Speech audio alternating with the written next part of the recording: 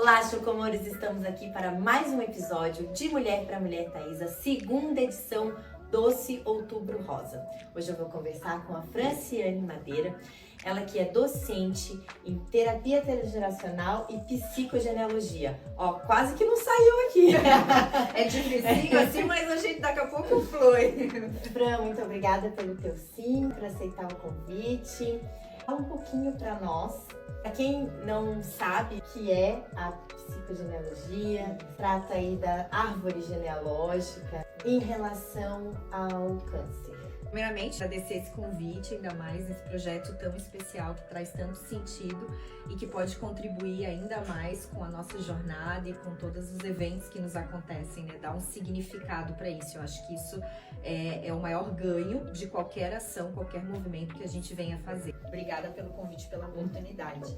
A psicogenealogia e a terapia transgeracional são realmente duas áreas de conhecimento relativamente novas, né? Às vezes até o próprio nome a gente ainda dá uma travadinha, mas depois que a gente se aprofunda, a gente começa a identificar que a gente já conhece sobre esse tema e ele já está presente no nosso dia a dia. Então a psicogenealogia transgeracional, a terapia transgeracional é um modo da gente olhar sobre a herança, sobre o legado que nós herdamos dos nossos antepassados. Para essas duas áreas do conhecimento, a nossa vida ela não começou no nosso nascimento. A nossa linha do tempo ela já começou a ser escrita lá pela história vivida pelos nossos pais e pelos nossos antepassados. Então nós estudamos como esses legados atuam e reverberam na nossa vida hoje, porque a gente acredita que eles condicionam em todas as áreas da nossa vida, ou seja, no nosso casamento, na nossa profissão e na nossa saúde.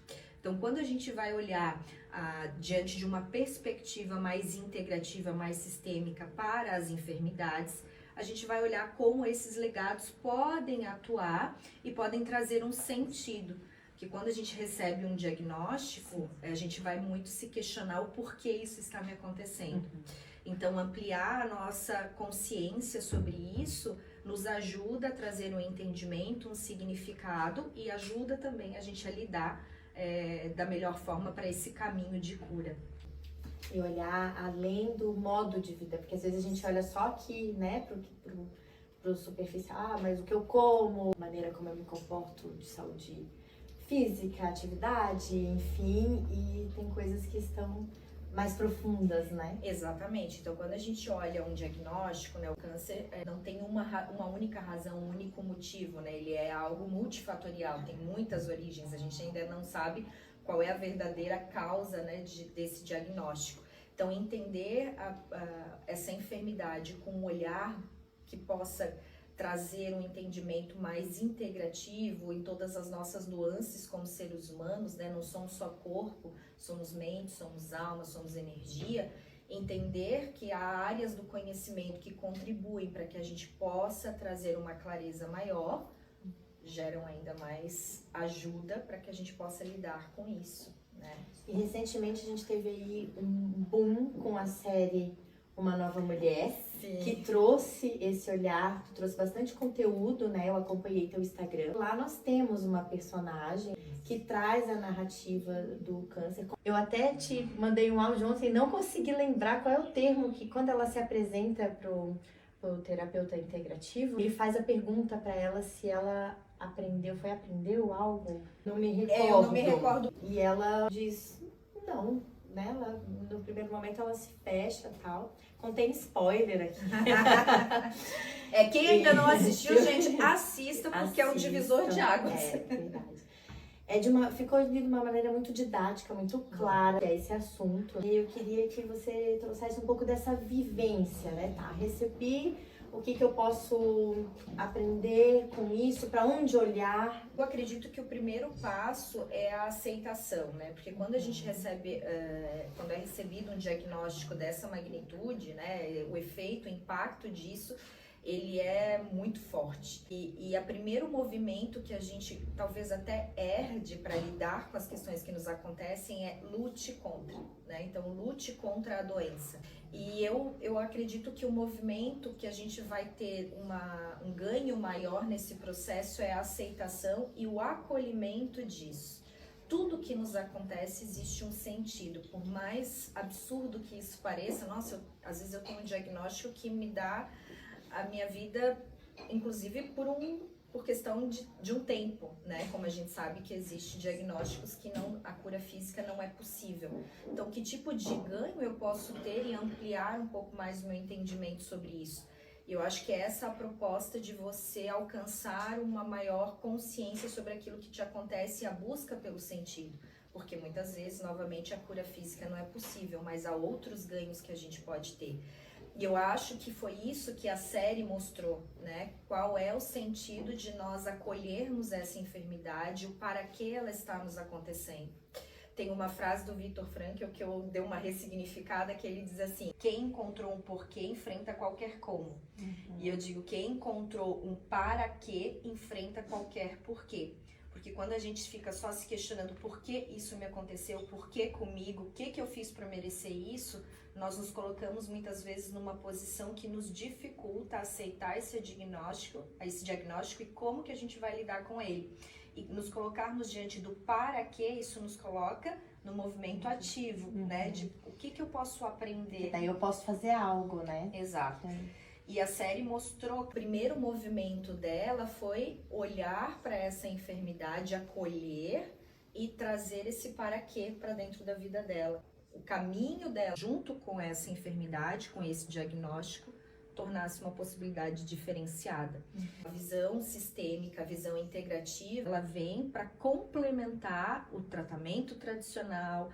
Não é excludente, né? É bom a gente falar sobre isso. Perfeito. Então, quando a gente vai buscar uma visão integrativa, o próprio nome já corresponde ao seu conceito. Ele integra o nosso caminho, ele integra uma visão, ele não alterna nada, ele não exclui nada. Então, ele complementa o nosso caminho. E eu vejo também que ainda tem algumas resistências, porque as pessoas acham que está muito ligada ao espiritual, a algo mais místico, né? E é ciência mesmo, né? Exato. A psicogenealogia e o transgeracional, eles já partem do pressuposto de uma pesquisa já científica que começa a comprovar como que esses traumas, né, que nós herdamos dos nossos antepassados influenciam na nossa vida, que é a área da epigenética. Então, a epigenética hoje já vem comprovando que nós, por mais que tenhamos, né, determinados genes, né, propensos a desenvolvimento de determinadas enfermidades, isso não determina a nossa vida. Com as nossas escolhas, com as nossas possibilidades de ampliação de consciência, de desenvolvimento, a gente pode trazer possibilidades de não desenvolver. Por mais que a gente tenha aí no nosso DNA aquele gene, a gente não precisa desenvolver aquela enfermidade, aquele gene não precisa ser ativado através das nossas escolhas de vida, ou seja, o ambiente ao nosso redor pode sim transformar aquilo que a gente... Ou até mesmo não ter o mesmo final. Que às vezes vem pra ti, mas tu trata de uma outra forma e não é porque eu tenho aquilo ali que eu vou desenvolver. Sim. Eu posso, através da minha escolha, da minha caminhada, como que eu enfrento a minha vida, como que eu encontro significado diante das situações que me acontecem, tudo isso vai me transformando interiormente, eu vou podendo ser, de alguma forma, protagonista da minha história e não trazendo um destino, ou muitas vezes aquilo que a gente considera que é um karma, ou né, qualquer outro nome que a gente queira dar, dependendo, né, de como você vê a vida. Isso não determina, a gente pode sim ser protagonista e pode sim ressignificar aquilo que nos acontece, com certeza, é isso que eu acredito, é isso que eu apresento através desses dois conhecimentos, né, a gente lida com essa nossa conexão com os nossos antepassados, esse fio invisível que nos conecta e que muitas vezes faz com que a gente tenha na nossa vida situações que tem esse laço com os nossos antepassados, inclusive nas enfermidades, que a gente possa tomar consciência disso e ressignificar. Então, trazer uma nova postura de vida, uma nova possibilidade de transformação. Fran, e recentemente também você perdeu o seu pai, né? Pro câncer, foi um tumor no cérebro, é isso? Isso. E esse teu olhar de filha, com todo o teu conhecimento, né? Como que foi lidar com isso? Eu vejo que o pós, você tem trazido muitos, ali devagarinho tem acendido muitas luzes, né? Mas e o durante? Ainda tô passando pelo processo de rever tudo que eu passei e tirar os aprendizados e os presentes que cada momento que eu vivi com o meu pai me proporcionaram. E eu posso te dizer que a minha consciência e a forma como eu lidei com tudo que a gente viveu, né, nesses últimos dias, só foi possível porque eu já estava num caminho de autoconhecimento, porque senão talvez a minha postura seria completamente diferente. O próprio diagnóstico, né, receber isso, saber que o meu pai não tinha 60 dias de vida, como que eu ia resgatar tudo isso, como eu ia ver ele passar por tudo que ele passou, inclusive a aceitação, e como eu pude ajudar ele e como eu pude estar presente em tudo que ele passou, foi realmente algo que somente essa caminhada me possibilitou. Então, o primeiro movimento que eu acho que é transformador e que pode modificar tudo isso é a gente entender a enfermidade diante de uma perspectiva mais ampla, né? E não só o diagnóstico em si, mas o que ele traz, né? A cura física não era possível para o meu pai, então não havia nada que a medicina pudesse fazer para salvar a vida do meu pai.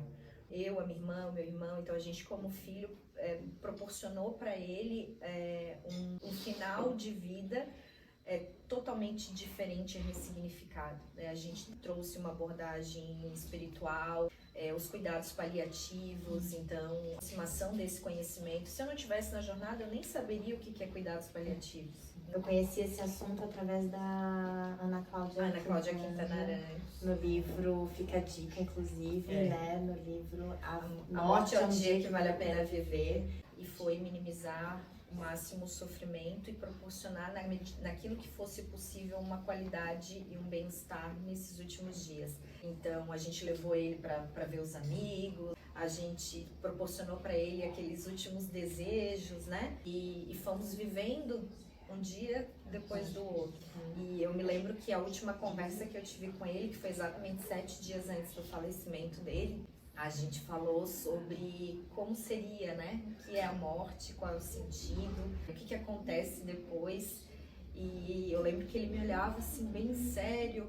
E aí eu dizia, pai, lembra que é só uma passagem, como se tu realmente só estivesse trocando o carro que tu vai trilhar, que o nosso corpo é só o meio, né, que a nossa alma vem para essa terra para cumprir aquilo que precisa cumprir, que agora esse teu carro agora não tá mais dando conta, não tá mais funcionando direito, vamos trocar por um outro. E aí ele me olhava assim, eu via que estava fazendo sentido para ele, assim. E aí eu dizia, agora tu só vai trocar e que a tua alma não morre. E aí quando eu falei, a tua alma não morre, sabe quando você sente que a pessoa traz aquela paz e aquela serenidade que talvez tenha esperado uma vida para integrar? Naquele momento eu tenho certeza que ele integrou isso. Então, depende, né, de qual é a tua crença religiosa, o que você acredita nesse pós, mas a morte é um momento que te desperta, é um momento de iniciação também na tua vida. Eu gosto até de trazer aquele símbolo do Ouroboros, né, que é aquela cobra comendo a própria cola. Então, início e final estão sempre juntos, né? Não existe início e fim, né? A gente está sempre num constante ciclo.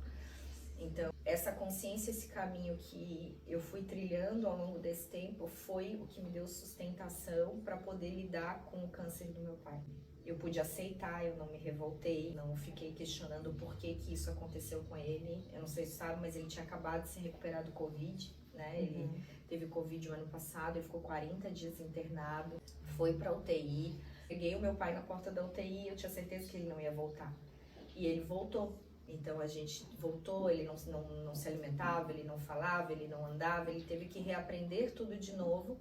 E aí, exatamente quando fazia 1 ano que ele tinha se recuperado, que a gente achou que, poxa, agora ele tá curado, agora a gente vai conseguir devolver para ele a qualidade de vida, a gente recebeu o diagnóstico do câncer. Eu te agradeço você ter aceitado compartilhar esse pedaço da tua história. Eu achei importante a gente trazer para esse tema, que às vezes você lá falando como a terapeuta, a pessoa que está passando por isso, de repente não, para ela falar é fácil, quero ver passar. Então assim, acho que esse pedacinho da tua história também traz muito significado para tua fala e para tudo que você faz, e que as pessoas pudessem conhecer também tudo isso. Te agradeço muito.